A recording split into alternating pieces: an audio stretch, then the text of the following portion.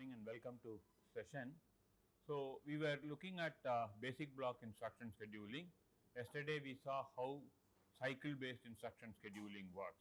We had some trouble with the operation based instruction scheduling. I have now fixed that, so let us see how that works. In cycle based instruction scheduling, what we have is that we have a ready list and we go from time step t all the way till all the operations are scheduled.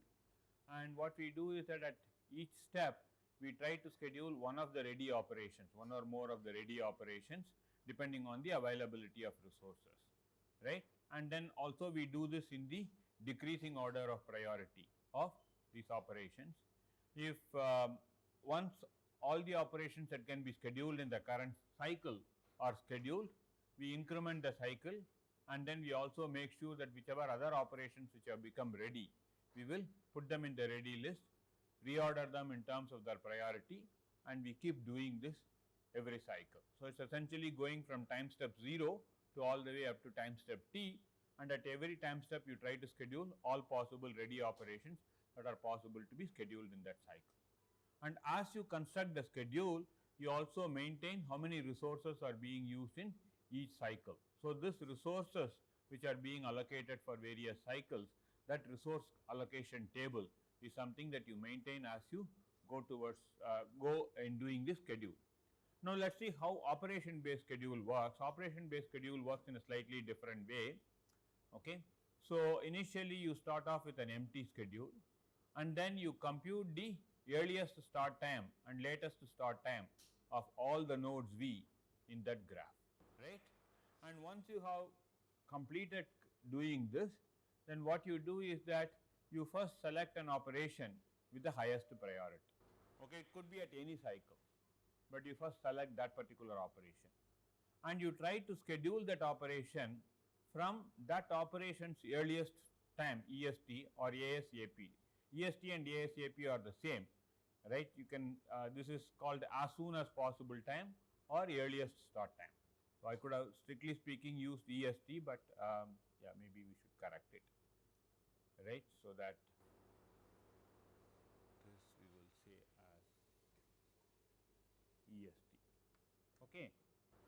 So, you start off that operation, you try to schedule that operation starting from its earliest start time to the maximum time, right. Max time could be a very large value. So, you try to keep scheduling these operations, right, and then try to schedule it at the particular time step where there is no resource conflict, and then add this to the schedule. Again, as you construct the schedule, you maintain the resource allocation table like what we discussed in the previous class, right. Remember that you have a table of all resources, correct. So, maybe integer unit, floating point unit, load store unit, okay, time step 0, 1, 2 and so on. So, if you schedule an operation V, let us say at time step 2, then you mark that as V depending on which function unit it is supposed to be using, correct. Similarly, if the next operation is some U which is getting scheduled at time step 1 and let us say that is a load store unit, then you put it over there, right. And as you keep doing this, you kind of mark all the resources that are being used. So, if there is any other operation, let us say, which also has to be scheduled at time step 1 in the load store unit, then you find out that the load store unit is already busy, you cannot schedule that. If the load store unit is a pipelined function unit, then you can schedule another operation at time t plus 1 or t minus 1, wherever it is. But if it is non-pipelined, then you have to wait at least until t plus k cycles. Okay. That is really how you do that. Okay. So, once you schedule an operation, you check what is the time in which you have scheduled this operation. If the operation has been scheduled at its if the operation is scheduled beyond the max time, that means that you are unable to schedule the operation. That means that because you are trying to schedule other operation, that operation you are unable to fit it in. Okay. So, what you need to do is that you need to do some backtracking, right. Okay. I am not going to go into more details of this, but this backtracking also does a lot of other things. But for the time being, we will simply say that backtracking takes care of all those complications. right? Okay, you are able to schedule, but you scheduled it beyond the earliest start time, right? Then you also have to go and then change the successor's earliest start time, because this node has been scheduled little later. Those nodes can only start like that.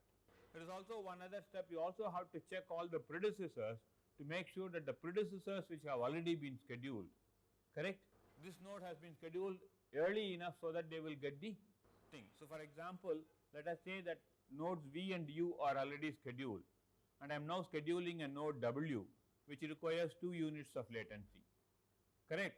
So let us assume that there is a node W and then there is, sorry, it has a dependency to V, right, and let us say that this has a latency of 2 cycles. Now if W is scheduled in this time step, then there is a problem, because V has already been scheduled. W must have at least a latency of 2 cycles, correct, and that 2 cycles, if it is not met, right, then the schedule is an invalid schedule. So that also need to be checked. In fact, the way in which it is checked, which I have not shown here, is that this max time for each operation that you see here is actually appropriately chosen. I did not show because it is very complicated, right. If no successors have been scheduled, then the max time can be anything. But if a successor is scheduled, then that max time is actually successor schedule time minus this execution time. You cannot schedule it any more than that. And then if you will come out, you will again try to do a backtracking. So this is essentially how you do operation based schedule. That means that you have this table, resource allocation table, on which you try to put these operations, and as you keep putting these operations, you ensure that all the dependencies are satisfied as well as all the resource constraints are satisfied. If you are violating anything, you try to go backtrack and then try to, let's say, remove this operation and schedule it in a later cycle. If you try to schedule this in a later cycle, that might affect something else, okay, that may have to be scheduled earlier or later or whatever it is, right. So one has to look at all of those complications in the backtracking algorithm. We will not go into the details of those things for the time being, okay. That should give you a general idea of how the instruction scheduling works. Again, the important point is that you want to make sure that all the dependence constraints are satisfied and all the resource constraints are satisfied. This is essentially what it is. So try to fit this in this table so that these are satisfied. There are several heuristic methods which try to accomplish this. Okay. Now let us go back to this particular example which we were seeing earlier, right, and let us try to look at possible schedules for this. In this particular graph, you can see that for each node I have actually put the earliest start time and the latest start time for them, right. You can see that this is the critical path, that is nodes add 1, subtract 2, multiply and add 2, that is the critical path. All arcs have a latency of 1 cycle except when it is annotated. So here the latency is 3, here the latency is 2, and so on, right, but these are 1, okay. Now what I have done is I have computed the earliest start time as well as the latest start time for all the nodes. Now on the right hand side I have shown you a schedule, right. This is a valid schedule, okay. Here again I have assumed 1 integer unit, 1 floating point unit and 1 load store unit, okay. That is essentially what I have assumed, or even you do not even have to think it as a floating point unit. If you want, just think of it as a multiply unit, okay. 3 functional units, right. This is the schedule. Is this schedule correct? Does it satisfy all the dependencies? Quickly check. Add 1, subtract 2, correct. So this 1 cycle latency between them, that has been satisfied. From subtract to multiply, there is 1 cycle latency, that has been satisfied. From multiply to add 2, 3 cycle latency. On the other side, add 1 to load 1, there should be a 1 cycle latency, more than that, okay. And then from load 1 to add 2, there should be 2 cycle latency, okay. That has also been satisfied, okay. Now this one, add 3 to load 3, yes, sorry, load 2, that has also been satisfied. Okay. Now, could we have done better, right? Could we have done better? So, multiply to add is 3 cycles, so that is the latency. So, if this add is here, then this multiply here is fine. Okay. So, you could not have finished earlier than 7 cycles in this schedule, correct. However, right, if I try to reschedule it such that add 1, subtract 2, multiply and add 2 are scheduled at its earliest start time as well as its latest start time because their values are same, then what happens? Then I am able to finish it in 5 cycles. Look at the previous schedule. In the previous schedule, okay, yes, right, in the previous schedule, add 1 was scheduled at its earliest start time. But what about subtract? Subtract was scheduled beyond its earliest start time. It is correct, it is legal, nothing wrong in that, but you are not going to get the best schedule, right. So, because subtract 2 was delayed, multiply was also delayed, and then add 2 was delayed. Okay. Why was subtract 2 delayed? Subtract 2 was delayed because add 3 was scheduled in cycle 1, and add 3 is a non-critical operation which is not in the critical path, right. But somehow we scheduled that operation, and because we have scheduled add 3, subtract 2 could not go there because they both use the same function unit. There is a resource constraint, therefore, subtract 2 went to cycle 2, and because subtract 2 went to cycle 2, you have a total of 7 cycles. Whereas in the next schedule, what we did was we scheduled add 1, subtract 2, multiply and add 2, all of them in their earliest start time, right. And as soon as we have scheduled them in the earliest start time, we were able to get a schedule which is of length 6th. Okay. The add 3, which is a non-critical operation, could have been scheduled in time step 2, which is well within its earliest start time to latest start time. It is between those values, but last time we greedily scheduled this ahead, and because of that a critical operation has to be pushed down. So, when you do instruction scheduling, the priority function is essentially supposed to ensure these things, right, and you should use priority functions which kind of help you do this thing, right. That is really what it is. Okay. Okay. Let us move on to the next topic, which is about global instruction scheduling.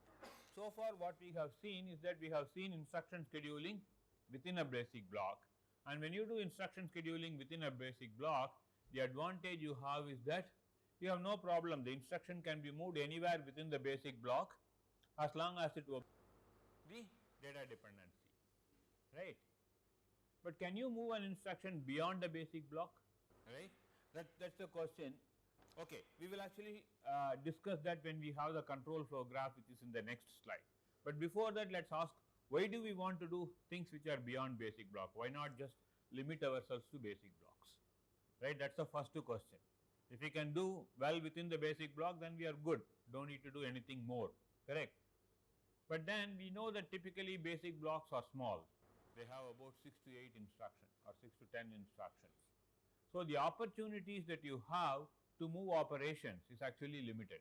In our examples, we kind of nicely put things so that we still had some opportunities, but in practice this may not be the case, and you may not be able to take care of all the stalls by doing reordering within the basic block, because typically some instructions like multiply or divide could take as many as 32 cycles, and when they take that many cycles, you need to have more instructions so that you can reorder them to get whatever stall cycles that you have, you can avoid, right. So, if you only limit yourselves to basic block, then the opportunities that you have for scheduling is kind of limited. If you go beyond basic block, then it helps. Okay. So, one way of increasing the basic block size is unrolling of loops. When you unroll the loops, the basic block sizes increases, right. But okay, we also want to do things which are beyond basic block so that you have more opportunities. But let us see what is the problem in trying to do something which is beyond the basic block. Let us take this example. Again, it is a very simple example, so you will still see only a few instructions, but in a real example maybe there are more instructions. We want to fit everything in a single slide. So, you have to take it as small examples. Okay. Now, here is the code for the program or the program segment which is on the left hand side. Let us not worry about whether it is right or wrong, it should be right, okay, or maybe there are some minor mistakes which you can fix it, right. Now, what do you see here? A sequence of about 11 instructions, right. How many basic blocks are here? Quickly. One basic block? Huh? More than one basic block, okay, that is fine then. Yeah. So, what is the difficulty? So, let us go from instruction I1, okay, all the way up to I6, that is basic block, one basic block. Then what happens? I6 jumps to I9, okay. So, I9 must be sort of a basic block, okay, and now let us look at between I6 and I9, they are in the same basic block. So, that is another basic block. I9 is a jump point, okay. Oh, I must have missed a branch instruction somewhere over here, okay. Yeah. So, I9, I10, okay, should be a, yeah, I think that should, oh, let's just look at this, yeah. Oh, you people are not following me correctly. So, there is, this is the first basic block, I missed this branch not equal, this is the first basic block, and then since it jumps to I7, from I2 to I7 or I2 to I6, there is another basic block, then I7 to I9 is a, sorry, I7, I8 is another basic block, I9 there is a branch, so there is another basic block, correct. So, there are 4 basic blocks, I missed this branch not equal, okay. So, let us look at this code, right, and then separate this out in terms of basic blocks. Now, it is clear, right. So, these two are one, these two instructions are in basic block 1, these 4 are in another basic block, okay. These two in basic block. Why is I9 a separate basic block? Where is the branch? Yes. So, I9 is a labeled instruction and there can be a jump to I9. Therefore, it is a start of a new basic block. Okay? Correct. Okay. So, this is how the control flow graph looks. Now, if you want to do basic block instruction scheduling, then essentially it means that you try to do scheduling between these two instructions. You try to do scheduling between these 4 instructions. You try to do scheduling and so on and so forth. Correct? Can I move any of these instructions from here above this basic block? In basic block scheduling, that is not possible. Correct? But if I need to do that, then I have to be careful. So, that is really what we are going to see next, which is what we call as global instruction scheduling. Okay, let us see what happens if I just try to do basic block scheduling. Correct? So, again we will assume that there is a one stall cycle between a load instruction and a subsequent add instruction or a subsequent instruction which is dependent on that. So, between this load and this branch there is going to be a one stall cycle delay, and I can't do anything about it because I do not have any other instructions which I can put within this basic block to do that. Now, the next 4 basic blocks, again there is a dependency from load to add, okay, and then from add to store, and then from store to no, that is all, okay, right. So, that is the end of another basic block. Let us just look at the basic block boundaries, that makes it easy, okay, correct. So, this is the best schedule that you can do. At best you can put the branch instruction in parallel with the store instruction, right. So, here you are not able to do any scheduling because there was a dependency, and because of this dependency you also have to incur a stall and you could not hide that stall with any other instructions. In the next case, when you are doing the scheduling, because of this load and add instruction there is a stall and you could not really do anything except this 2 instructions scheduled together, right. Then in the next case you can actually do a move and a store instructions in parallel, but we have left this cycle blank. I will come back to this why we have left this cycle blank. Okay, leave that for the time being. Then of course, when I come to the merge block, correct, that merge block is essentially having these three instructions. These two instructions are independent of each other. I can do them in parallel. Then there is a branch instruction which is dependent on this I10 instruction, and therefore I am doing this. Okay. So if I want to schedule this control flow graph or the instructions in this control flow graph using basic block scheduling, I will do something like this, right? And what does this really mean? When I follow this graph, okay, so let me just go back. Okay, let's stay here. So when I execute the then branch, I take this path, okay, and then from here I come here and then complete. So it should really be 9 cycles, correct? So you can just follow this 1, 2, 3, 4, 5, 6, 7, 8 and 9 cycles. When I go through the else branch, it is going to take 3 cycles on this side plus 2 cycles here and then 2 more cycles there. So 7 cycles. So what I am going to call is that the then branch is going to take 7 cycles and the else branch is going to take, sorry, the then branch is going to take 9 cycles and the else branch is going to take 7 cycles. This is the best that I could do. Okay. So we are unable to move instructions beyond the basic block because we are doing basic block scheduling, and this kind of limits what we can do, right? So if you want to move instructions beyond basic blocks, then you have to make sure not only the data dependencies are satisfied, but also control dependencies are satisfied. Okay. Now what we will do is that we will try to form what are called regions or things which are beyond basic block and then try to do instruction scheduling. But when you move instructions beyond the basic block, you also ensure that the control dependencies are satisfied. I will explain to you what I mean by this, okay, again using our example.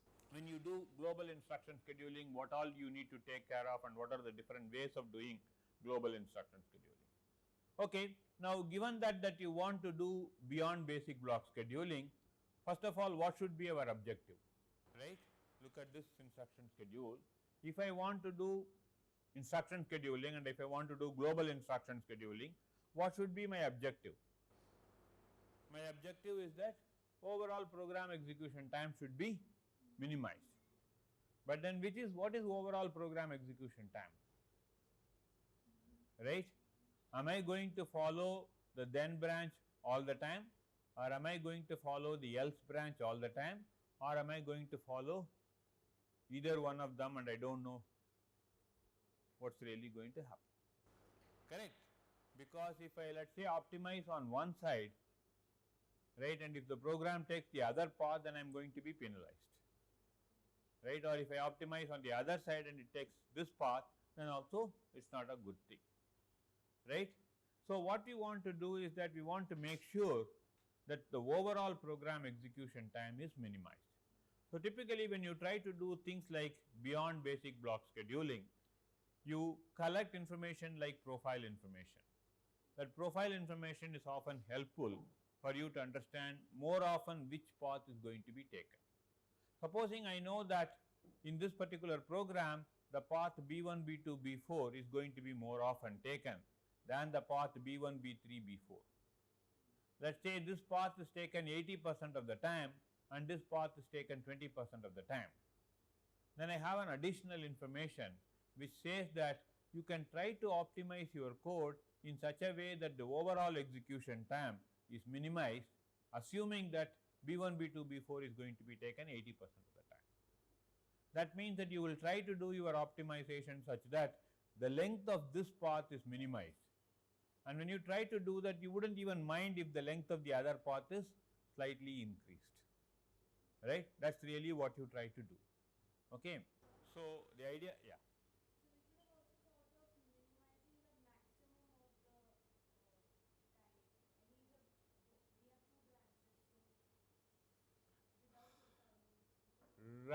Right, minimizing the, okay. So the trick is the following, right? So if you want to, so that let us say there are 3 possibilities. Okay, let me just try to work this out. Okay, so one possibility is what I want to do, right? Let us say this path is taken 80% of the time, this path is taken 20% of the time. Now you are trying to say that, look, instead of trying to minimize the frequently taken path, let us try to minimize the max of the both. Sure, sure. Okay, if the profiling information is not reliable, then what you say would be useful. Correct, correct. But then just want you to understand that doing the maximum of the minimum, minimum of the maximum, right, is not always a good idea. Okay, so what do you want to optimize? Tell me again. You want to minimize the max of path P1 comma P2. This is what you want to optimize, correct? Now let us say that if I when I do this, correct, it so happens that both sides turn out to be 8, 8, correct?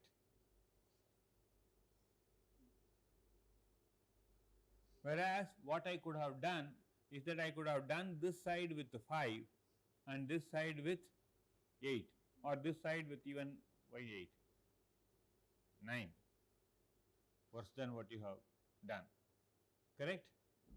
Then if it, as long as it is going to kind of follow this 80-20 rule, I would still be faster than you, right? Yes, what you say is possible and those are all things that can be looked at, but there are advantages as well as disadvantages, right?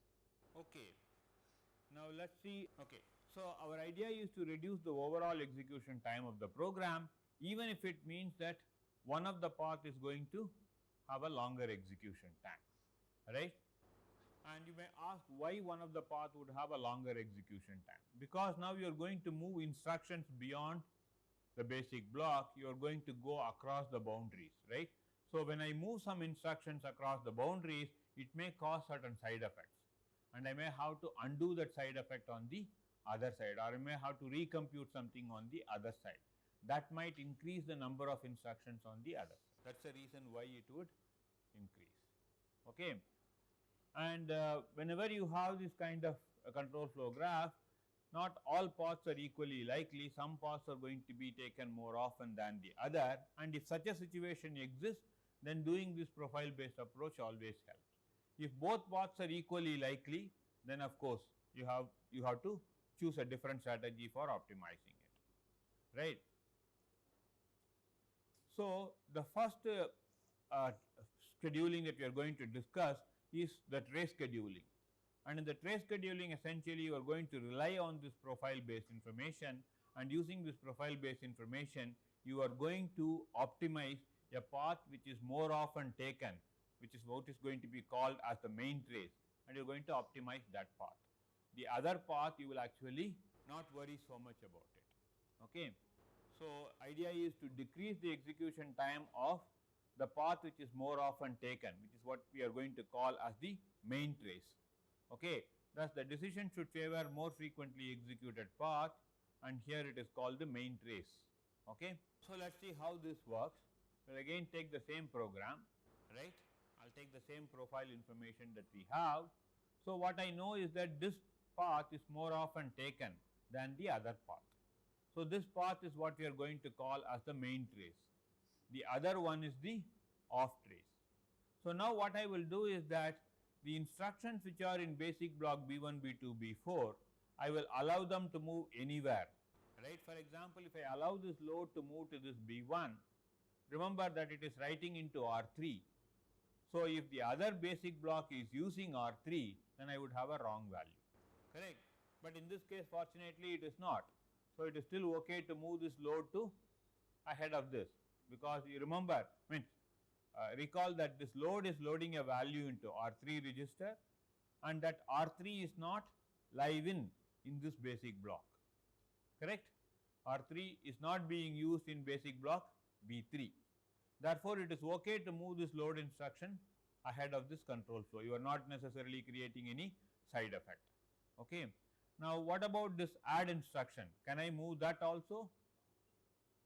I can, because here, right, in B3 R4 is first defined, okay. So that is also okay, it is also not live in basic block B3, right.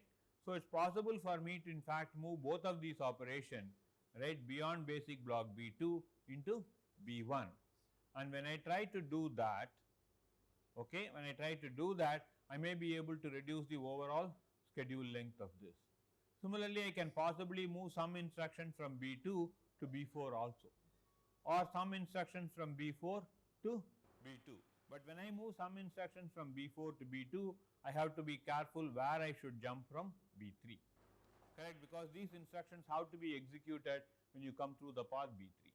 So those things need to be taken care of when you try to do the beyond basic block scheduling. Again, going back, the trace scheduling, what it does is that it first identifies what is the main path, which is the most frequently executed path, and tries to do instruction movement across the basic blocks in the main path, okay, right. So there are conditional branches and transitions from other, okay. So when you form this trace, what you can see is that, right, the trace has 3 basic blocks, right, and you can see that from the middle of that trace you can actually exit to some other basic block, and similarly into the middle of the trace you can also jump in, right. If I put the sequence of instructions from B1, B2, B4 together, then you can see that there is a exit from here from the middle of the block, and there is an entry into the middle of the trace, right. So when we talk about a trace, the trace is no longer a single entrance, single exit piece of code. It can have multiple exits, it can have side entrances also, correct. That is really what we are trying to talk about here. Okay. These control flow transitions are ignored when you do the trace scheduling, but as you move operations above or below the basic block, if they create any side effect, for example, if they overwrite any live in variables, then you have to make sure that the semantics is preserved somehow or the other, right. That is very important. Similarly, if you move from the merge to above, you have to make sure that that value is appropriately reflected in the other basic block as well, okay. So that kind of thing has to be taken care of while you do the scheduling. Let us again look at how we can do this thing. Take the same example. Now we are only looking at the control flow graph. Now what we will do is, we will take these 2 instructions and then try to move them to basic block B1. Okay, as I mentioned earlier, instruction I3 is writing into R3, and fortunately for us R3 is not live in this basic block. So moving here will not really affect the semantics of this program. The control flow graph, nothing really gets affected. Similarly, R4 is not live in here, R4 is being defined. So I may do the add and then immediately I will overwrite by the move instruction. Okay, that is okay, because if I am coming on this path, this I need to have R4 as my value when I come here, right. So again, understand that the R4 value that you are using here, right, the R4 value that you are using here, right, should be the R4 defined here if you are coming from this path, right, whereas if you are coming from this path, then it should be this R4, correct. So by moving this R4 here, it is not really affecting the semantics, because if the control takes this path, R4 is again redefined, right, and that value is what is going to be used here. So we saw that these 2 instructions do not have any side effects if they are moved to basic block B1, so they can be moved. This movement of instructions is actually not dependent on the profile information, right. This is actually based on the control flow graph.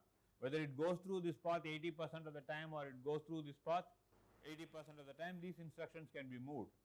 But let us say I move these 2 instructions here, and this control flow is such that this path is taken 80% of the time. Then what happens? I execute these two add instructions every time when I am coming through this path, which is actually redundant, which would have increased my execution time, right. Semantically it is okay to move this, that has nothing to do with the profile information, but from a performance point of view, if I move these two instructions into this basic block, right, my performance will be hit if the profile says that this path is going to be taken 80% of the time.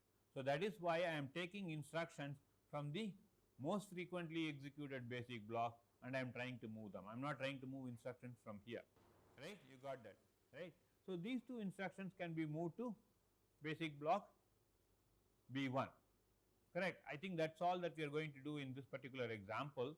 And then because you are going to put all of these basic blocks, I mean all of these instructions together in the trace, after instruction I5 is executed, you are going to execute instruction I9.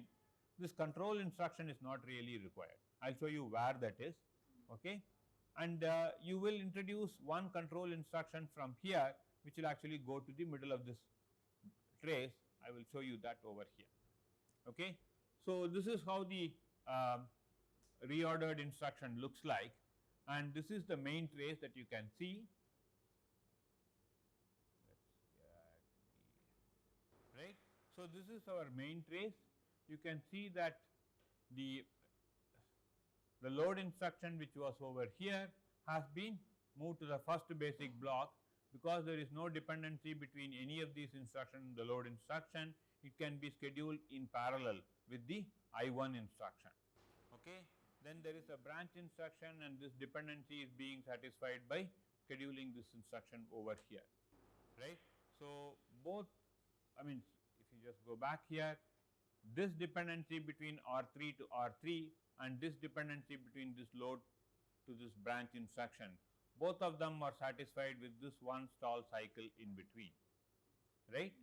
And then of course you have executed the remaining instruction from basic block B2, then you have instructions from basic block B4, then after that you have instructions from basic block B3, right. So now let us look at what happens to the control. You execute this instruction, and then if the branch condition is true, if the branch condition is true, that means that you are going to take the else branch, you will jump over here, you will not execute the remaining instructions. If the branch condition is false, of course you will execute the remaining instructions. And after you come to the else branch, that is when the branch condition is false, you will try to execute these instructions, but then after executing these two instructions which are from basic block B3, you have to go back to basic block B4, which is instruction I9. So you have a branch I9 instruction over here which takes you back here. So that is really what it is. So we have moved these two instructions from basic block B2 to B1, and the main trace takes 6 cycles to execute, okay. And this is the off trace, which is the path which is not most often taken. So from instruction B3, I mean instruction I at time step 3, you jump to instruction over here, execute these two instructions, go back, execute those two instructions, and then come out, right. Remember, you are organizing this instruction sequences of basic block B1, B2, B3, B4. Now you have done B1, B2, B4 and then B3. You have also reversed the order, so that frequently executed instructions which form the trace, right, are together. So these are B4 block, right, from basic block B4. Any questions? Yeah.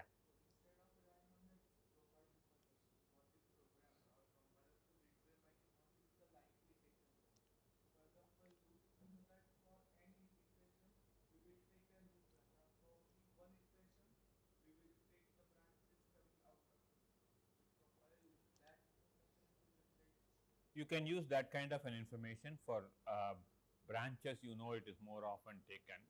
And there are many other if statements also where you can say it is more often taken and less often not taken. Can you give me some examples of a simple if condition which you will take less often?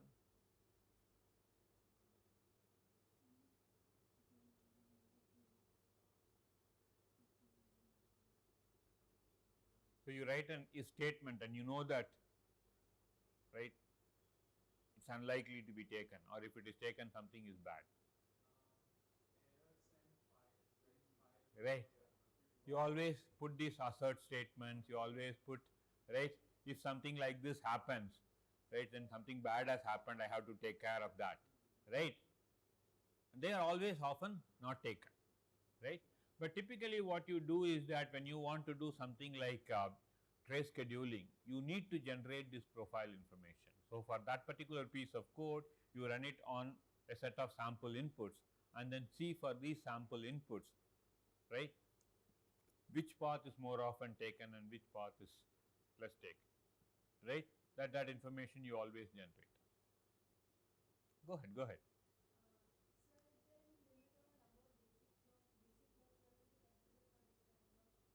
No. So you are asking whether I should only combine 3 or 5 or 8 or something like that. You want to actually combine them as big as a thing possible, which allows you to do, which gives you enough opportunities for you to do the rescheduling, right. In other words, what I am saying is that you try to form your trace in such a way that the probability of the trace is high enough and you have enough instructions in the trace so that you could do instruction scheduling.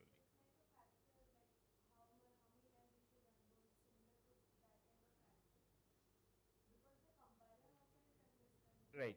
So, see, remember I showed you a very simple example of one if then else, right. Now let's think of two if then else, one below the other. Then how many paths do you have? 4. If you think of 3, 8, right. As you have more if then else's together, right, what is going to happen? The probability of going through any one path is going to become lower and lower, correct. So you can see, for example, now the question is, should I take 2 if then else and then form my trace, or should I take 5 if then else and then form my trace? Let's try to ask that question first, correct. If I do 2, right, and let's say both of them has a good probability of certain paths, then by doing this probability calculation you can find out, yes, still you will have, let's say in both cases 80-80, then still you will have one path which is 60% or 64%, right. But if I go one more level, then one path which is 50%. If I go one more level, 40%, right. It keeps decreasing like that, right. So beyond certain point you are going to find that more or less all paths are of equal thing. Then you don't have the notion of a frequently executed path. So you keep this notion as long as one path is more frequently executed than the other path, or a set of paths is more frequently executed than the other path, and you try to optimize. But if you keep putting things together and together, you are now going to have a large number of instructions, but you don't necessarily need that many instructions. Typically, if you have about 60 or 80 instructions, that's more than enough for you to do any instruction scheduling. Beyond that, you don't need. So you keep collecting these basic blocks until you get, even 60 is actually very hard to get, right. Typically when these people do beyond basic block scheduling, they are still talking in the order of about 20 to 30 instructions and not more than that. Beyond that, I think your path probability is going to become very, very low, right. That's really what you talk about, right. Any other questions? Okay. So as I mentioned earlier, when you are moving these instructions beyond the basic blocks, you have to make sure that they do not have any side effects. If they have a side effect, then you have to produce the appropriate code on the other side to ensure that it satisfies. Okay. Now I am not going to have an example for these side effects because I thought there are too many things to cover that. Okay. The last point here is that we mentioned that the main trace takes 6 cycles and the off trace takes 7 cycles in this particular example. Okay. Now again we will go back to the same point that this load has been moved, okay, ahead of this branch, and we said that it does not have a side effect in terms of R3 being live in this basic block. Okay. Now that's really what we are talking about. When you want to move the load instruction ahead of the conditional branch, you have to make sure that the destination register R3 should not be live in the other basic block of trace block. Okay. So, if it is, then some additional copy code has to be inserted here, which ensures that the old value of R3 is restored there. Okay. This is another interesting point. When you move these instructions across, you may also end up having these additional problems like exceptions. Supposing, let us say I move this instruction and this load causes a page fault, right. Maybe this condition was if pointer not equal to null, correct, and here you are trying to dereference that pointer. Now, by speculatively moving this, what you have done? You have done what you are not supposed to have done, correct. So, when you do this kind of a speculative code motion, right, these kinds of problems could happen, and you probably require some support from the architecture as well, that for such speculative code motion, right, the exceptions need to be handled in a special way. Okay. Again, we will not get into the details of this in this lecture, right. But if those things are not there, then moving instructions like load across the conditional branches would be a problem. Okay. You have to understand that. Moving add is okay as long as the destination register is not live in. But again, you can say that add might cause, let us say, an arithmetic exception, right. You are trying to add or multiply or something, then let us say that some error has happened. Again, if an error happens, there is a speculative code motion, then there is a way by which it has to be handled. Okay. So, let us move on to another type of beyond basic block scheduling, which is what is called as superblock scheduling. Okay. Now, what we saw in trace scheduling is that trace is a block which consists of a sequence of instructions. It can have multiple entry points, it can have multiple exit points, right. So, basically the structure of a basic block, which is single entrance, single exit, we have completely removed it, and instead it can have multiple entrances and multiple exits. Okay. Because of this multiple entrances, more because of this multiple exits, it has to do a lot of bookkeeping work to keep the code correct. Okay. So, there was an alternative proposal which, instead of saying having multiple entrances and multiple exits, allow only, right, single entrance and multiple exits, right. So, superblock is again a sequence of basic blocks put together, okay, that has a single entry but multiple exits, right. Let us see how that works, and because of that, okay, certain bookkeeping activities which were required to be done in trace scheduling need not have to be done. Okay. But again, formation of superblocks creates additional optimization opportunities, and you form superblocks again using some kind of a profile information. Okay, let us again take the same example, right. Let us take the same example, and let us assume that this path is more often taken, right. This path is more often taken, right. If I want to form a super block involving B1, B2 and B4, correct, and this path is not taken, I can exit from B1 because multiple exits are allowed, but I can't enter back into the super block, correct. So, what I need to do is, because I can't enter into the super block, I will actually replicate this basic block B4 2 times, which is what is called tail duplication, right. So, here is how you do tail duplication, right. The same control flow graph, now B4 is copied into B4 prime, correct, and now this part forms super block and this is the other set of basic blocks. In fact, you could have formed one super block like this and another super block like this, that is also fine.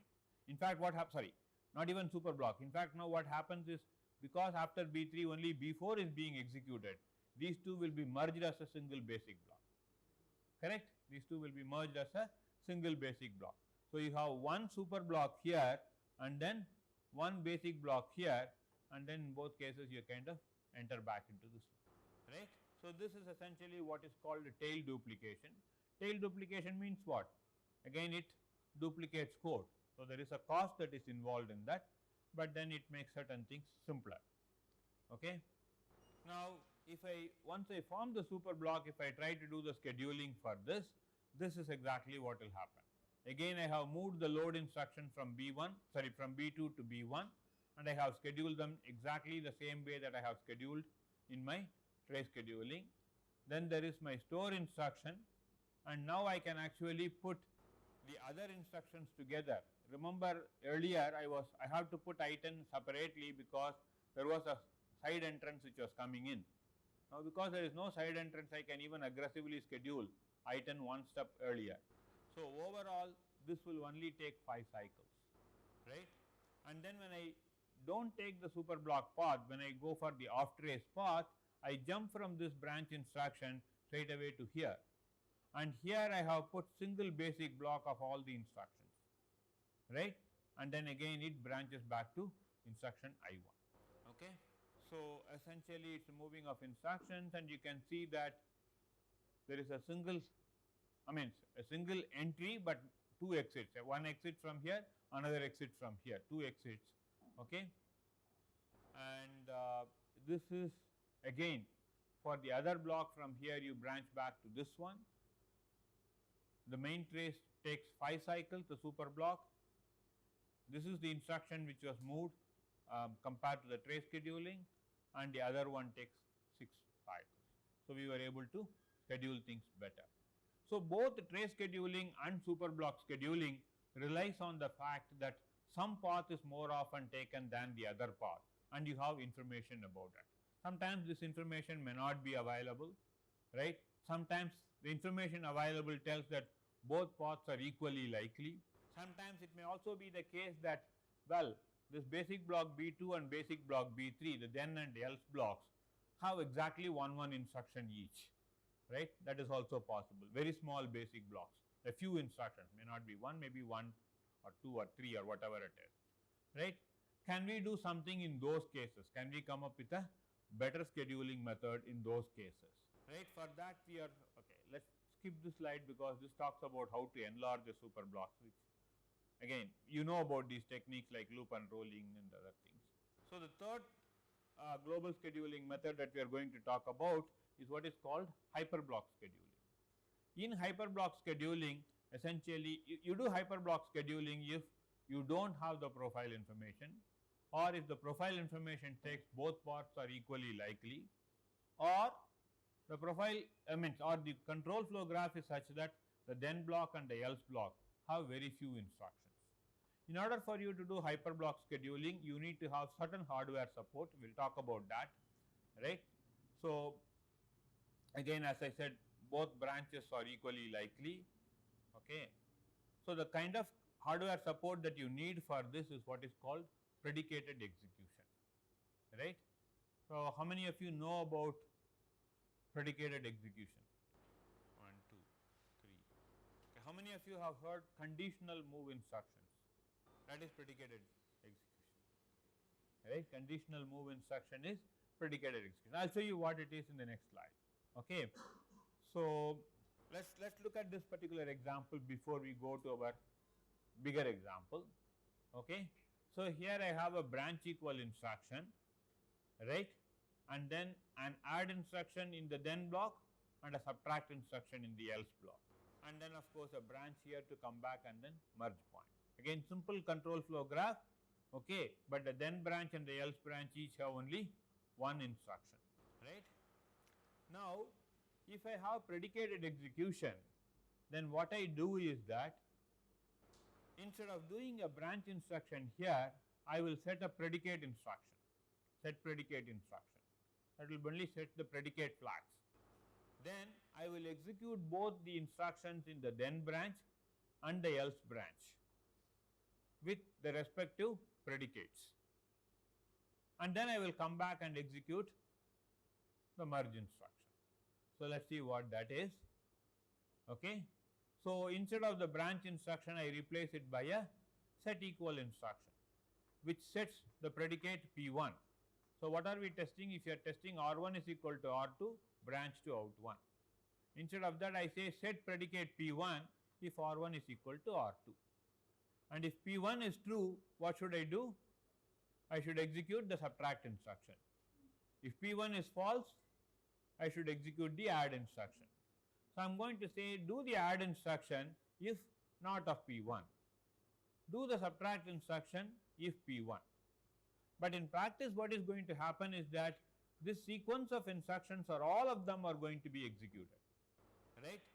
The meaning for if P1 here is not execute this instruction if P1 is true. It is actually execute this instruction, if P1 is true, write the result value in R7. If not of P1 is true, write the result value in R4. In other words, in predicated execution what you are doing is that you are performing the operation. Whether you write the result in the destination or not depends on your predicate value. That is why it is called predicated execution, right. Okay. Again let me repeat this. What we have done is that we have replaced the branch instruction with a set predicate instruction that only sets the predicate. Then the instructions from the then branch as well as the else branch are included, but with appropriate predicates. And what this predicate tells is that, okay, execute this instruction, write the result in the destination register if P1 is true. Execute this subtract and execute this add instruction, write the value in R4 if predicate of P1 is false.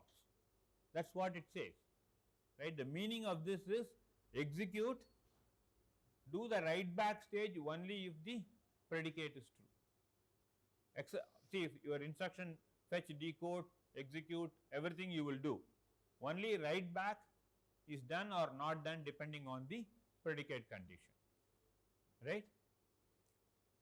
If the predicate is false, then this essentially amounts to doing no op. You perform the operation, but you are not going to write the result in the destination location, right. Okay. Now, yeah, good. Why would this be a good idea? I am executing something even though I know it might or might not be required. Okay. Somebody else can answer the question. Why would this be good? Okay. Before we see why would this be good, let us see what this has done, right. On the left hand side you have a control flow graph with 4 basic blocks, each having 1 or 2 instructions. What do you have on the right hand side? Huh? What is, how many basic blocks are there on the right hand side? 1. Only 1 basic block, correct. In other words, what you have done is your control dependencies are now turned into data dependencies, right. And because you have removed those control dependencies, you have actually made everything as a single basic block, correct. Now assume that you are allowed to, you are actually doing this. You are not going to do this if you can only execute 1 instruction every cycle, right. Then it is not going to make sense. I have the capability to execute multiple instructions, right, and I have enough hardware resources, and I want to do aggressive instruction scheduling. That is why I went beyond and then said, okay, even though you may not be executing both of this, I will still try to execute both as long as the overall execution time is minimized, correct. So I will do this only if my overall execution time is minimized, correct. This is not instruction schedule, these are the sequences of instructions. This will require that the instructions which will now happen in parallel need to happen on different functional units. Same function unit also, oh yes, different functional unit, yeah, yeah. In this case we have got addition and subtraction, which is essentially just arithmetic. But what if I have 2 integer function units? Right. So you will do that only if it is profitable to you, not otherwise, okay. Always make sure that we will do this only if it is profitable, correct. But then yes, there are, you go for all of these things because you have more functional units and you have fewer instructions to fill them, you want to reduce the stalls, etc., okay. That's the reason. Again we will show that in the context of our hyperblock scheduling how it helps, right? Okay, so again back to our example. Now let us assume that both of these branches are executed more or less the same time. Here I have assumed 65-35, but you could have put any other value also, correct? Now we can say that you set the guard appropriately, and this set of instructions, they are all executed. The result values are written in the destination register if the guard is true. Similarly, on this side, these instructions are executed, but the result value is set in the destination register if the guard is false, right? Sorry, again, whatever is the guard is true. I shouldn't say guard is false, right? P1 is false, but the guard is true. Of course, this branch instruction can be eliminated, because now what you are going to do is that you are going to treat this whole thing as a basic block, right? The moment you try to do predicated execution for this, right, these are going to be predicated by P1, these are going to be predicated by not of P1, then all of these so-called how many instructions? So 4 plus 4, 8 plus 3, 11 instructions all put together will be a single basic block. Of course, this might be knocked off because it's not required, right? So let's see what happens. Okay, so we have the load instruction, right? And here of course I have speculatively moved the load instruction, and here is where I am setting the predicate, and then these instructions are executed, okay, based on the predicate. You can see I5, I8, I7, and yeah, those are the instructions which are executed based on the predicate, okay. Of course, these are the instructions from the merge point, so they have to be executed irrespective of whether P1 is true or false. But now I have scheduled them such that both paths take exactly only 6 cycles, right? In the earlier case it was 5 and 7 or 5 and 6 or whatever it is. Now I have done this, and of course it's also the case that we do not know which path is going to be more often taken, right? So this is another mechanism by which you can do instruction scheduling beyond basic block. Okay, now we will also talk a little bit about this phase ordering problem which we have been referring to yesterday when we talked about register allocation, right? So when you try to do instruction scheduling aggressively tries to move instructions so that your stalls are kind of taken care of and instructions are scheduled in parallel, correct? But as you move these instructions up and down, you are essentially increasing or decreasing the live ranges, right? And if register allocation is going to be done subsequently, then what happens is that it might have so happened that you would have stretched some of the live ranges, and because you have stretched some of these live ranges, okay, you will have more conflict in your register allocation. That's possible, right? But if you first try to do register allocation and then do instruction scheduling, if you do register allocation, then all registers have, all instructions have their registers already assigned, right? And because, remember we saw an example yesterday, right? Because you are trying to reuse the same register, you would have created anti and output dependencies. Now anti and output dependencies prevent you to move your instructions beyond those points. So you will have less opportunities when you do instruction scheduling. So this is the conflict or interaction that happens between register allocation and instruction scheduling, right?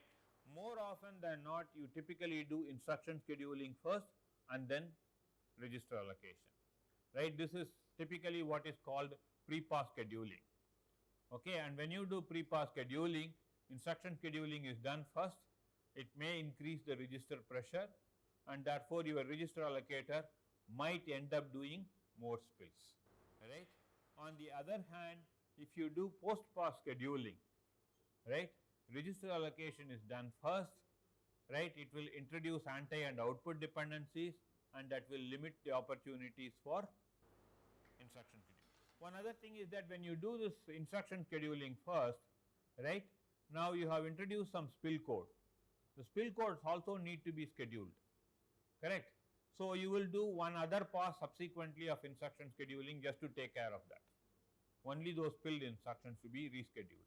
Okay, there are also proposals which kind of integrate this register allocation and instruction scheduling, trying to do both of these things somewhat together.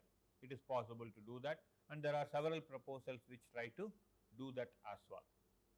Okay, let me give you an example of how these things kind of interfere with each other in this particular case, right. So, let us look at the program on the left hand side, right. Actually, it should have been better if you have come from the right hand side to the left hand side, but let us okay. So, let us say if I do instruction scheduling first and I have achieved this schedule, right. Now, you can find out that since this is a basic block, you can say that, right, its register requirement is 5, right, its register requirement is 5. But if I have done register allocation first and moved instructions around a little bit, okay, I could have got this, and then subsequently if I have done instruction scheduling, I could have got this schedule, and in this schedule I will only require 4 registers, right. So, again it depends on how these things work out, and there is nothing which can say that this is better than the other. In some applications it may turn out to be doing instruction scheduling earlier is better. In certain other applications or programs, it might so happen that doing register allocation first would be better than doing instruction scheduling first. But in general, people have found doing instruction scheduling first as a more appropriate option. Okay. Now, we are going to move on to the next topic, which is software pipelining, right. Software pipelining is again another instruction scheduling technique. It is an instruction scheduling technique for loops, right, and for now we will actually assume that the loop body is a single basic block, right. So, we are essentially going to have a control flow graph which is like this. I have a control which is coming in, loop body which I execute, I iterate several times, and then I come out. Now, if I do only basic block scheduling, forget for the time being about the other global instruction scheduling that we talked about, they are not relevant here, because if you try to look at it, right, you have only one basic block here, and that is going to be repeatedly executed. You try to move these instructions outside of this basic block, you are going outside of the loop. So, that is not going to make sense here. Global instruction scheduling like trace scheduling or superblock scheduling is not going to help if you have a single basic block, right. We will come to some more complicated examples if time permits little later, but for the time being we will only worry about single basic blocks, right. So, none of the techniques that we have talked about earlier is going to help. Anything that we can do is only basic block scheduling, but basic block scheduling has its own limitations. So, let us see what we can do, right, and how we can improve this. Again, we will look at it from an example point of view, right. So, this code is familiar. Something similar to it is what you have been doing in your lab assignments, correct. A of I is equal to A of I plus S, and I want to do it n times. Okay. So, this is the assembly code for this. This is actually the MIPS or 10,000 assembly code or MIPS assembly sequence, right. You have the load, add and store. Again, we saw the same example even yesterday, right, the same set of instructions, right. Now, this is the data dependency graph for this example. Let us try to understand the data dependency graph a little bit here, right. So, again as before, nodes represent instructions and arcs between nodes represent dependencies. Those parts are very simple, right. So, you can see that there is a dependency from the load instruction to the add instruction, because F naught, which is right stored by the which is the result destination of load, is what is being used by the add instruction. Similarly, there is a dependency from the add instruction to the store instruction and so on. Now, let us look at this add instruction. What does this add instruction do? This add instruction is essentially incrementing the pointer, and the same add instruction is being used in the the same R1 register is being used in the subsequent load instruction, right, as the pointer. That means that there is a dependency from this add instruction to the load instruction in the next iteration, correct. That dependency is actually what is being shown here by this green arc, and this circle here, dot here, essentially says that this is a loop carried dependency. That means that the value produced by the ith instruction, ith iteration is actually going to be used in the I plus 1th iteration. We will formally define loop carried dependencies subsequently today, but for the time being this definition is good enough, right. Similarly, if you look at the add instruction, it is dependent on itself, right. The value produced in the previous iteration is what is going to be used in the current iteration. Value produced by the previous iteration is what is going to be used in the current iteration, right. The same is also true for the subtract instruction, right. I think yes, okay. And also for the store instruction, remember, right, add to store there is a dependency because store also uses the same pointer, right. So after I increment the pointer, the incremented pointed value is going to be used by the load instruction, store instruction, and also the add instruction in the next iteration. So all of these dependencies that are there in the green are loop carried dependencies, right. Similarly, there is a loop carried dependency for subtract. This dependency all of you understand, correct. Any questions?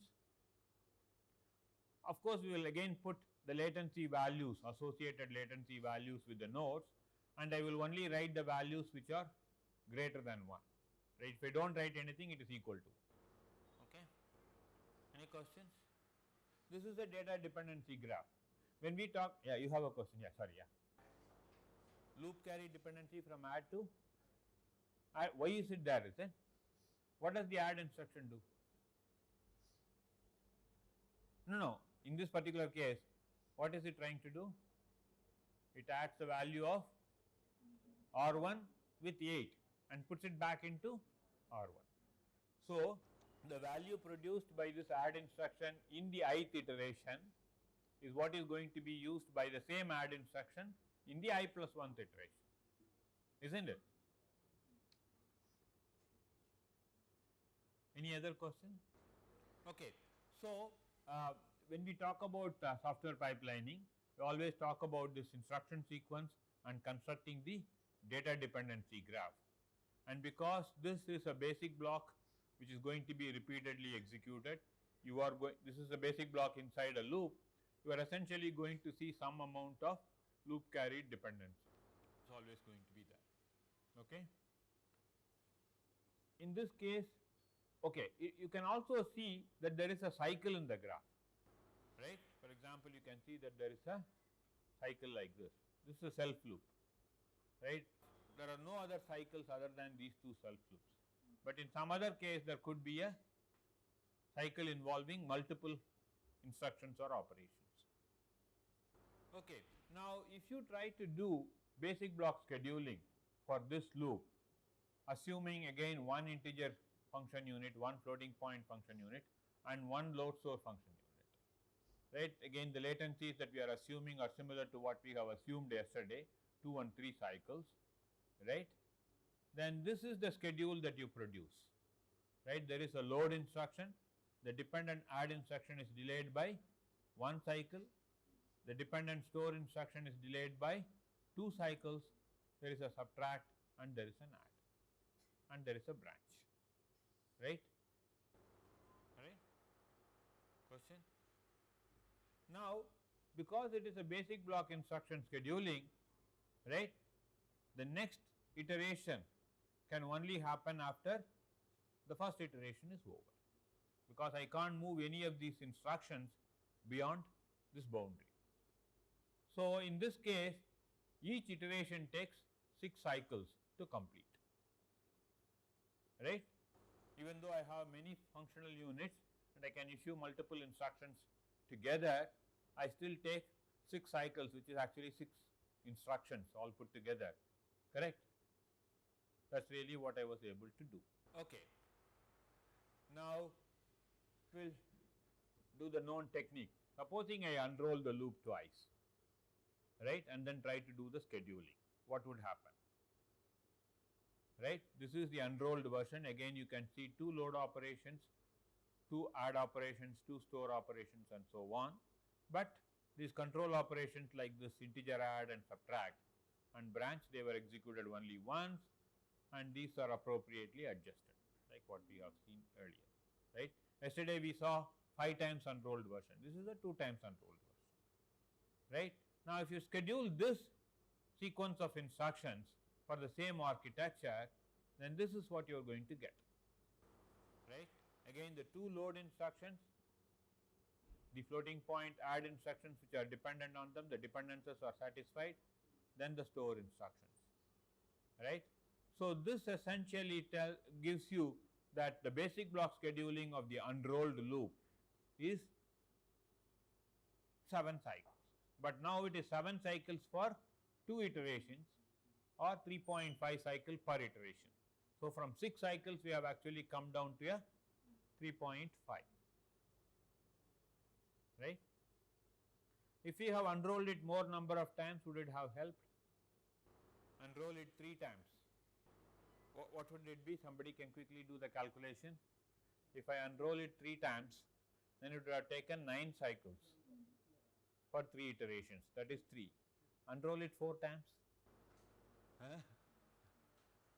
2 more, right.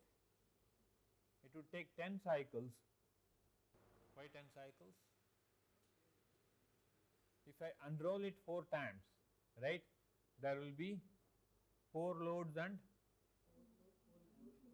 4 loads, 4 adds and 4 stores, okay. Will it be 10 cycles or will it be 8 cycles? I cannot do it in 8 cycles, right. Can I? Okay, you can try that. You can try to see whether you can do it in 8 cycles, right, or whether you take 9 cycles to do that or 10 cycles to do that, okay. But I will show you a method where I can take 2 cycles per iteration on an average, right.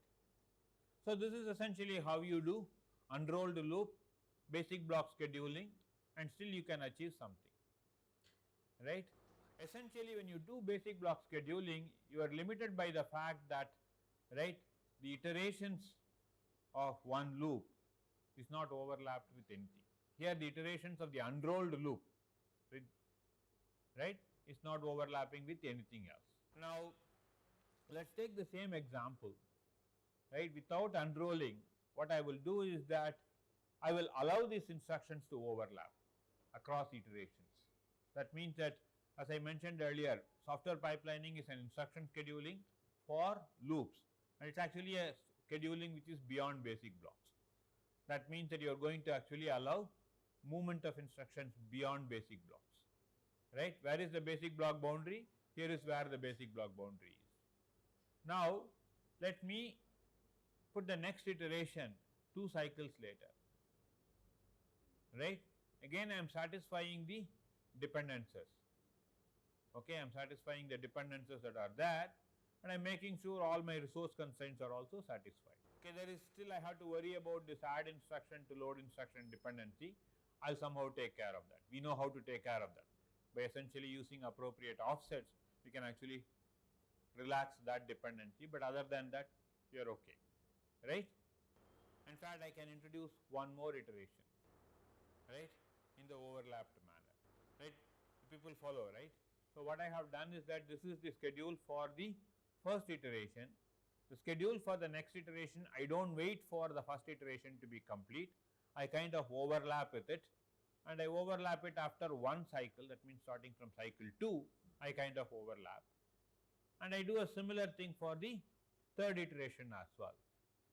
Now look at the instructions which are in cycle 4 and cycle 5, right, that has all the instructions in the iteration. I have 1 load instruction, 1 add instruction, 1 store instruction, 1 integer add, 1 integer subtract, and a branch not equal, right.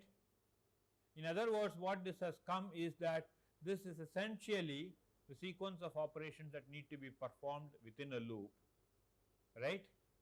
But I am performing, let us say, the load for the ith iteration, the add for the I minus 1th iteration, and the store for the I minus 2nd iteration, right. Instead of performing the load for A of I, I am performing the load of A of I, the add for A of I minus 1, and a store of A of I minus 2. That's really what's happening here, right? Now, if I keep repeating that n minus 2 times, then I would have done all the iterations, because for the first 2 iterations I have done the load here, right? I will do one add before this and one add after this, right? And similarly I will do 2 stores after this, and I will remove these unnecessary instructions that are not required. Okay, so my software pipeline kernel is essentially this, okay, with those instructions as the prologue and these instructions as the epilogue. Correct? We'll come to how exactly to do this and then see this with all the register values, etc., in the next few minutes, right? You are trying to unroll the loop and try to schedule, you are able to get certain things, but now what I have done is, without unrolling the loop, without having multiple load instructions, right, I have only one set of instructions within the loop, right? I was able to get the same thing. This is essentially what is software pipeline schedule, right? Okay. So, here we are able to execute each iteration in 2 cycles, and we were overlapping instructions from different iterations in this kernel, and this part is called the prologue and this part is called epilogue. Unwanted instructions are kind of removed from here, right? But these add instructions, this add instruction is required because this is the remaining add that you are supposed to do, and these store instructions are required. These 2 add again depending on whether the value of R1 is live after the loop or not, right? They may be required. So, only thing that we are worried about is how do we adjust the index register appropriately. We will worry about that as we go by. Okay. So, here is the same code, okay, with all the register values and other things shown. Okay, you can verify whether it is right or wrong, okay, and if there is some problem you can adjust it appropriately, right.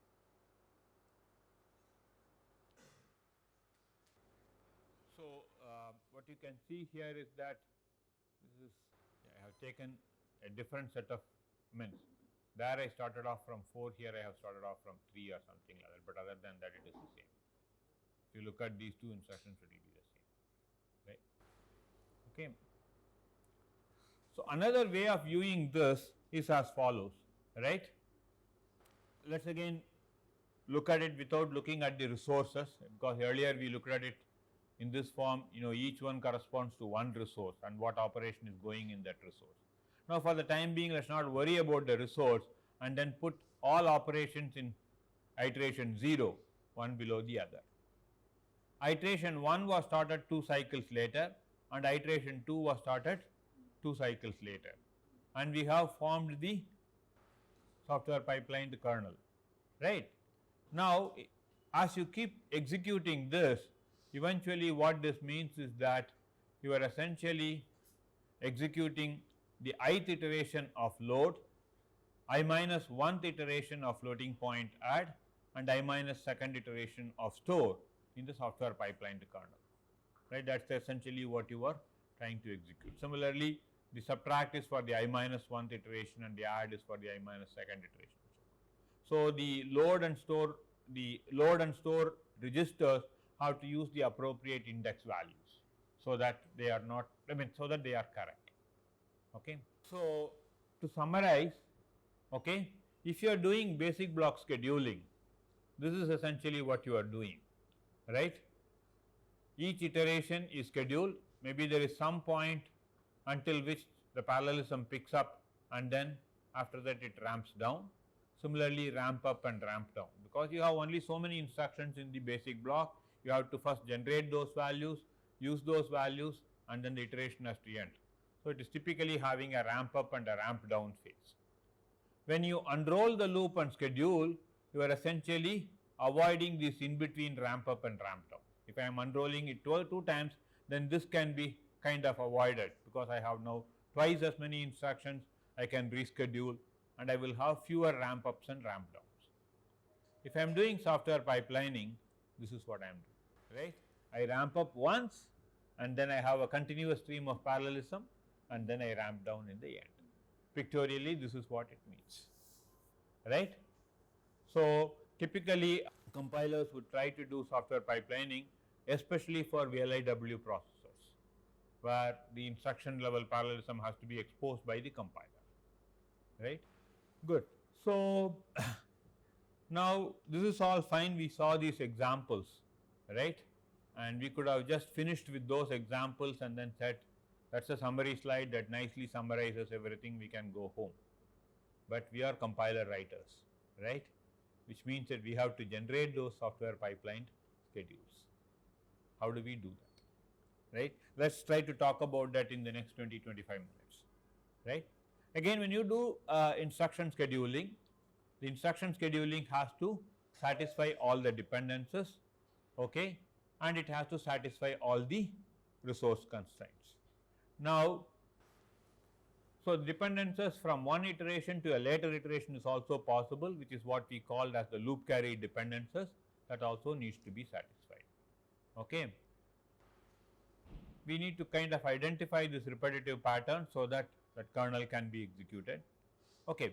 When you have this software pipeline schedule, we have an initial phase which is what we call as the prologue, and then we have a final phase which is what we call as the epilogue.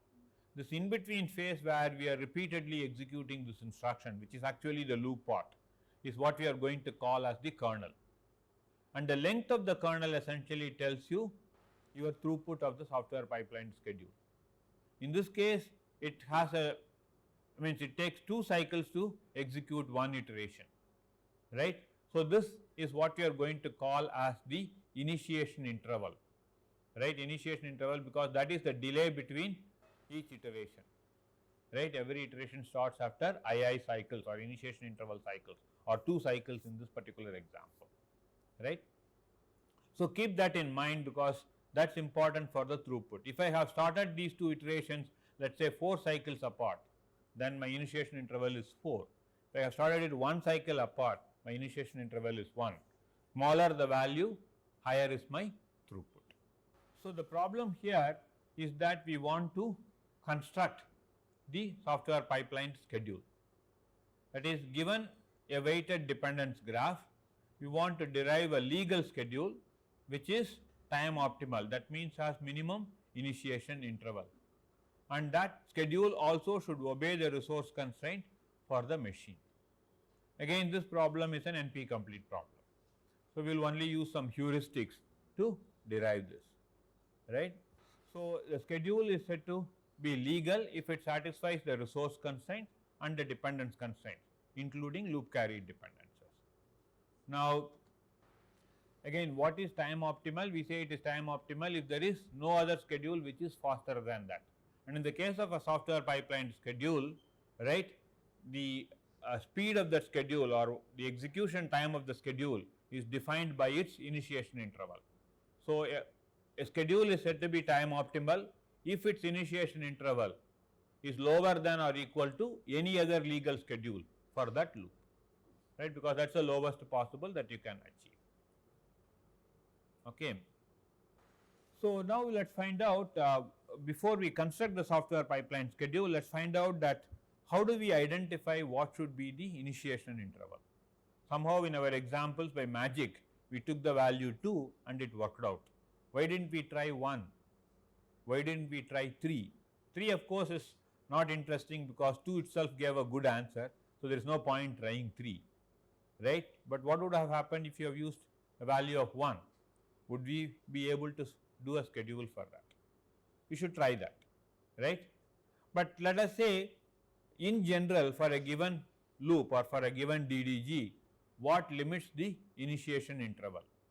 Okay, there are 2 things, one is the data dependence, another is the resource constraint. So, the data dependence limits the initiation interval, and we are going to call that value as the recurrence MII. This is because this loop carry dependencies are there in the loop, they are going to limit it in some sense. Similarly, because you have limited number of resources, there is going to be a recurrence minimum value which is called recurrence MII, right, that is also going to limit the initiation interval. We will give you example of these 2 things as we go by, right. Of course, the minimum initiation interval that you can have should be the maximum of these two things, right? Whichever one is higher, that is the one that you are going to take. And any initiation interval, legal initiation interval that you have for the loop has to be greater than or equal to MII. Okay. All right. If II is equal to MII, or if you find an II such that there is no other schedule which has an initiation interval lower than that II, then it is time optimal. Okay. Now, there are again two approaches for doing software pipelining. One is called the operational approach and the other one is called the periodic scheduling approach. We will see both of them. Again, there are many methods which follow either one of these approaches. Okay, let me try to go to, let us just talk about recurrence MII first and then say why it matters, right. So, I will give you an example because this example that you see in the next slide may not be a good example. So, let us look at a simple graph,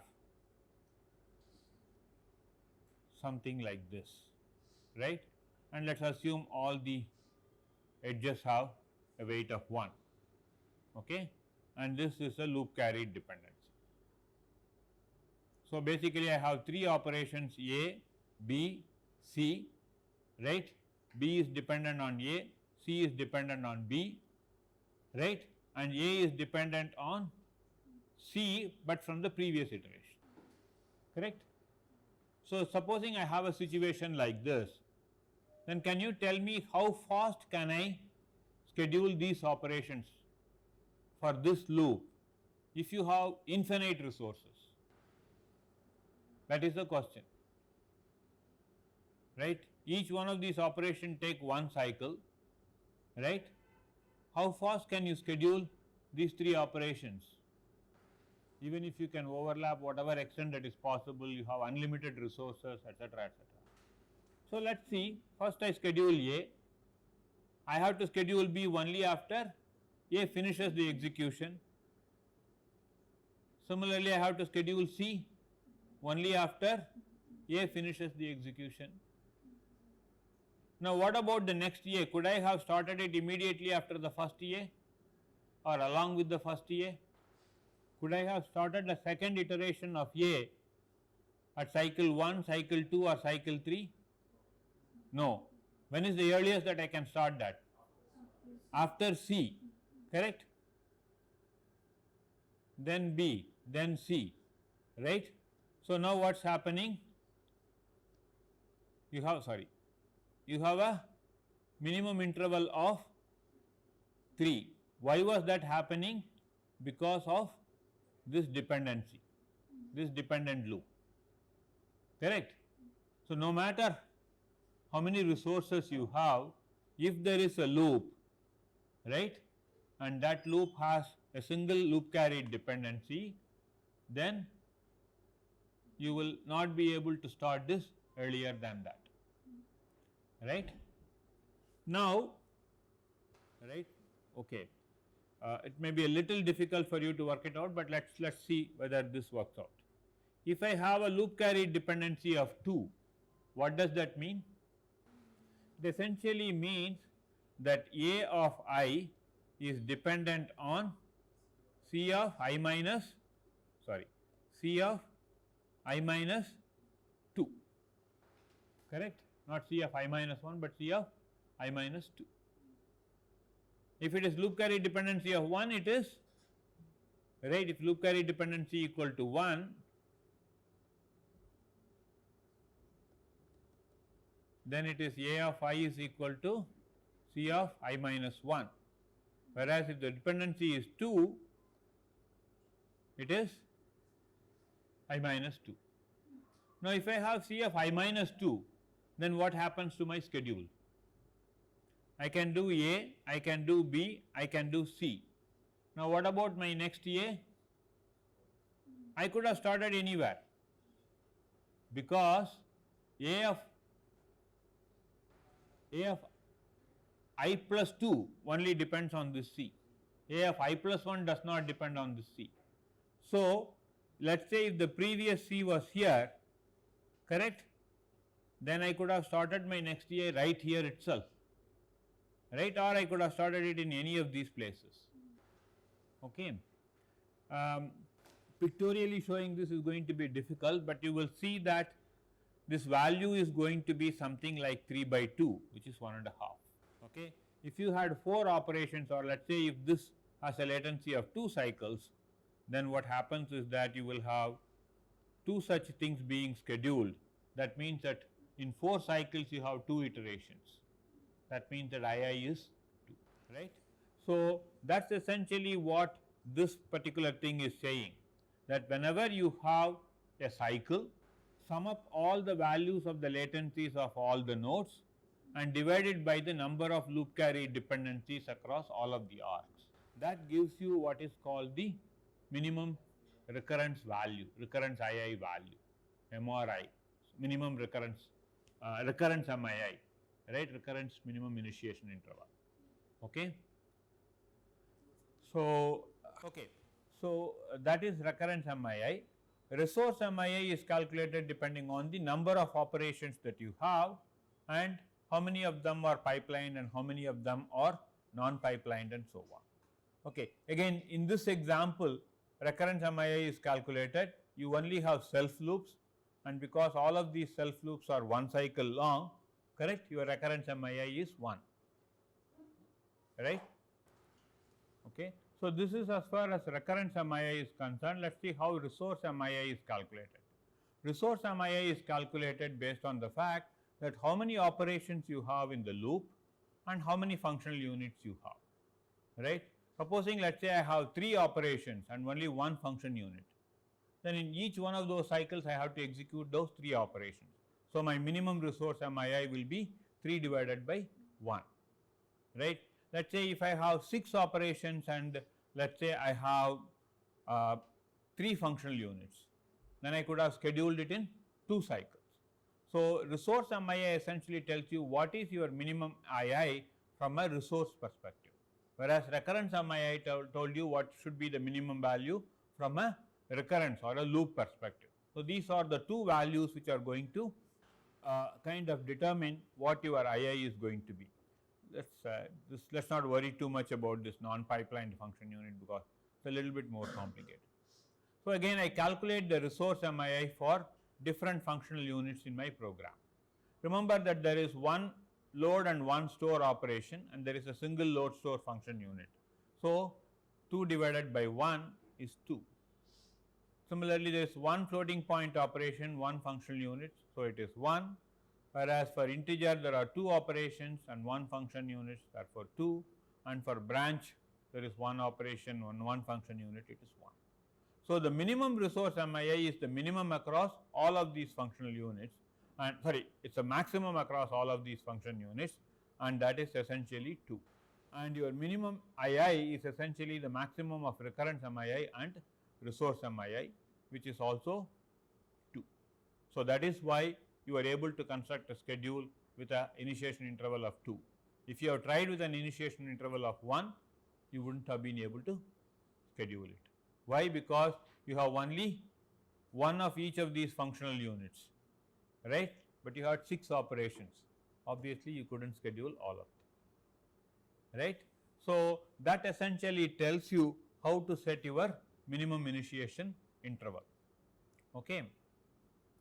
Now, in order for you to construct a schedule, what you need to do is that you will start off with a value of II which is equal to minimum initiation interval, and then try to obtain a schedule for that particular II.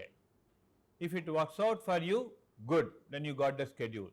If not, if you are not able to do the schedule, then you will increment your II and keep trying. Okay, right. In the first approach, what we do is that we have the operational approach, where we try to emulate the loop execution under the machine model and then try to see whether a pattern emerges. Okay, this is a kind of a slightly difficult approach. I keep trying to schedule these operations as and when they can be scheduled, and then kind of see whether for certain overlaps whether it gives me a pattern. Okay, this was tried very early in the in the late 80s, but there is a more efficient approach which is what we call as the periodic scheduling approach, and we will try to understand this approach better. Okay, what happens in a periodic scheduling approach is that, remember that in our schedule, right, every operation is scheduled in some time step, correct, and then the same operation is scheduled in the next iteration after how many cycles? Let us say the load was scheduled in time step 3, the load for let us say iteration I was scheduled in time step 3. What about the same load instruction in iteration I plus 1? It will be after, you remember the schedule, right. So, we had, so you remember in our schedule, right, we had the load instruction, right, and this was our kernel. Let us say if this is t equal to 3 and this corresponds to iteration 2, correct, that then we can say that the load for the second iteration is scheduled at time step 3. My question is, what would be the time step in which load for iteration 3 is scheduled? 5, right, because it is going to be scheduled after 2 intervals. So, it is going to be 5, the next iteration is going to be 7 and so on. So, if I know when this load, right, if the load, okay, for the 0th iteration, if it is scheduled at time step t naught, correct, the load for the ith iteration is going to be scheduled at this, isn't it, because 0th iteration is scheduled at t naught, first iteration will be at t naught plus II, second will be at t naught plus 2 II, third will be at t naught plus 3 II and so on. This schedule form is what is called the periodic schedule form, and that is really what we are going to use. Okay. Let us see that in the next example, in the same example, right. So, the schedule for the ith iteration, right, the schedule for the ith iteration of node V is going to be at time II, which is initiation interval, multiplied by the iteration count plus the schedule time of the 0th iteration. That is really what it is. Okay. Now, you can see that the I plus 1th iteration and the ith iteration are exactly II cycles apart, that is fine. Now, in our examples, these are the schedule times of initial iteration or iteration 0 for the various operations, and for example, if you are interested in calculating what is the schedule time of the floating point add instruction in cycle 1, it is basically 2 times 1 plus whatever is the initial schedule time plus 2, which is equal to 4. Or if you want to find out what is the 4th iteration, something like this. So, we are going to make use of this particular, right, form of scheduling. That means that all operations, right, are going to be scheduled exactly, means all operations, let me put it this, different instances of the same operation for successive iterations are going to be scheduled II cycles apart, right. That is basically what we call as the periodic schedule form. Okay. We will just do this slide and then probably take a break after that. So, what we are going to do is that initially we have to calculate MII. MII is the minimum initiation interval. This in turn depends on recurrence MII and resource MII, right. So, the maximum of recurrence MII and resource MII is what is your MII. So, you start off with that MII as your II, right, and then you try to schedule the operations, right, and you schedule the operations assuming that it is in the periodic schedule form, right. If you are able to schedule the operation, right, you go to the next operation and then keep scheduling. If you are unable to schedule, then what you do is that you remove some already scheduled operations and then try to reschedule this operation. If you have tried this a number of times and you are still unsuccessful, then you go back, increment your II and try to do the schedule. So, this is the overall picture of doing software pipelining. We will go into the exact way by which it is done in certain schedules after we come back from the break.